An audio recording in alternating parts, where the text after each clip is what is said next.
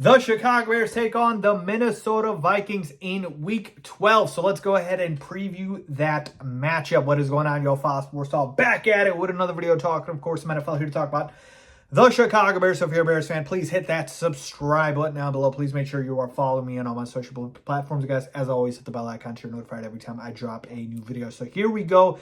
Bears, Vikings, Monday Night Football. This is a Monday night game for both teams. And we'll go with the numbers as we always do first and foremost. So the Vikings are favored in this game by 3. So they're getting that home favorite default 3 points here. So Vegas thinks it's a pretty even matchup between these two teams. The over-under is about 43.5, which is decent. It's a decent total to have here. And I do think it's probably going to hover around that. So when we talk about this game here in this matchup, all right, taking a look at the Minnesota Vikings, let's just first realize the fact that they are a very different team now because of the change at quarterback, not due to performance, but due to injury, going from Kirk Cousins to Josh Dobbs. And look, Josh Dobbs, I've been watching him all year. I watched him with the Cardinals and then now with the Vikings. Josh Dobbs is a problem, man. This kid is solid. Him losing all those games with the Cardinals, he was not the problem. Oh, no. All right. They only moved on from him because they got Kyler Murray back. Because Josh Dobbs can play in this league, man. I believe even after this season, he's secured some sort of a starter level job somewhere, or at worst, a number 2 backup job. Because Josh Dobbs is very solid, and I think he cannot be understated with what he's done so far, folks. 12 touchdowns to 6 interceptions on the year for Josh Dobbs.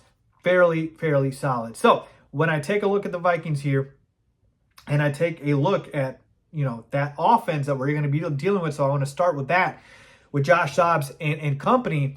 No Justin Jefferson, I believe, in this matchup. I don't think he's going to play. Still dealing with that, I think, hamstring injury. So you still have Jordan Addison, and you have TJ Hockenson. So you got those two as your main weapons, and then, of course, Josh Dobbs and his legs as well. All right, so both Josh Dobbs with his arm and his leg. So the main thing I need the Bears defense to focus on this week is going to be making sure that you do not let Josh Dobbs create that magic that he's been trying to create all year, where he's able to just be in the pocket, move around, and then scramble and run. It's kind of like Justin Fields. He's got a little Justin Fields in him in that he's electric and he's a playmaker. He is completely opposite of Kirk Cousins in that he's not a statue and a sitting duck in the pocket. And he's not going to just dissect you from the pocket. He's going to get out. He's going to run. So you want to be able to contain him, keep a spy on him, be able to contain that rush, because I'm telling you, when he gets out of the pocket, he can make things happen. So that's the number one thing Matt Eberflus and the defense needs to focus on, is be able to contain the Josh Dobbs' legs, all right? And then focusing on TJ Hockenson being that main security blanket.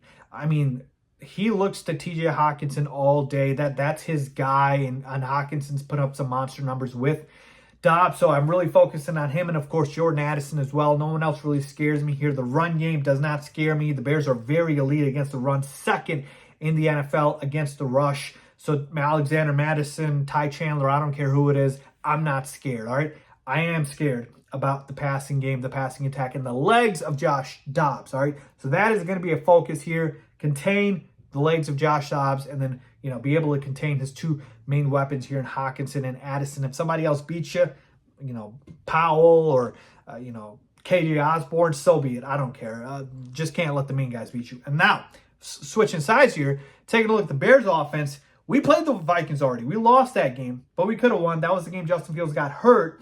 And in that game, Justin Fields, before he got hurt, he was struggling. Let's just be honest about it. 6 for 10 for 58 yards, 8 rushes for 46 yards.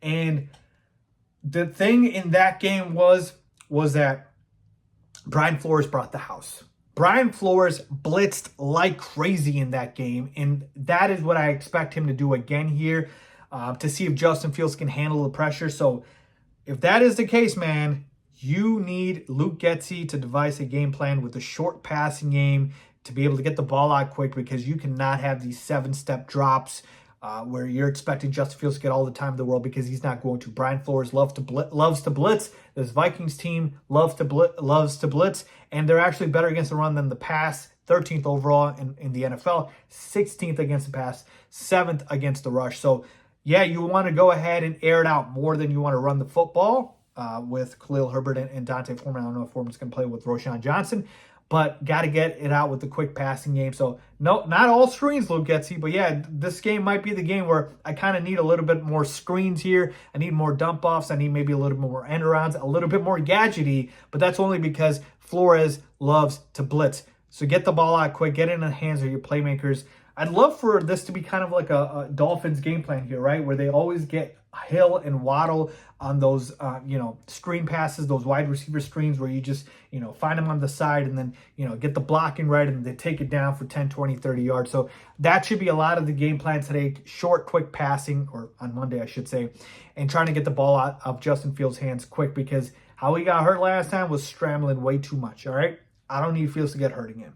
So that's going to be the main thing. You can also have him on the ground as well. He had 46 rushing yards last time against the Vikings, so he can do it again. So to me, ultimately, that is going to be the game plan for the Bears offense. Now, as far as who I believe wins this game, the Vikings are at home. That is an advantage for them. I agree. But the Bears, to me, even though they lost last week to the Lions, showed me that this team is heading in the right direction offensively. And they lost that game at the end because of coaching, because of playing conservatively. Let's hope they don't make that mistake again. I believe Justin Fields is going to continue to build on that. And I believe Justin Fields is going to be able to get the Bears to where they need to go here. It's a pretty even matchup, folks. To me, it's a pick 'em. That's what the line is even saying. But I'm going to have faith in the Bears here. I think Justin Fields gets the job done here. And the Bears win by a final score of 27-24. It'll be very close. Josh Dobbs is a fighter. He's not going to go away easy. Give me the Bears by a field goal in this game, 27-24.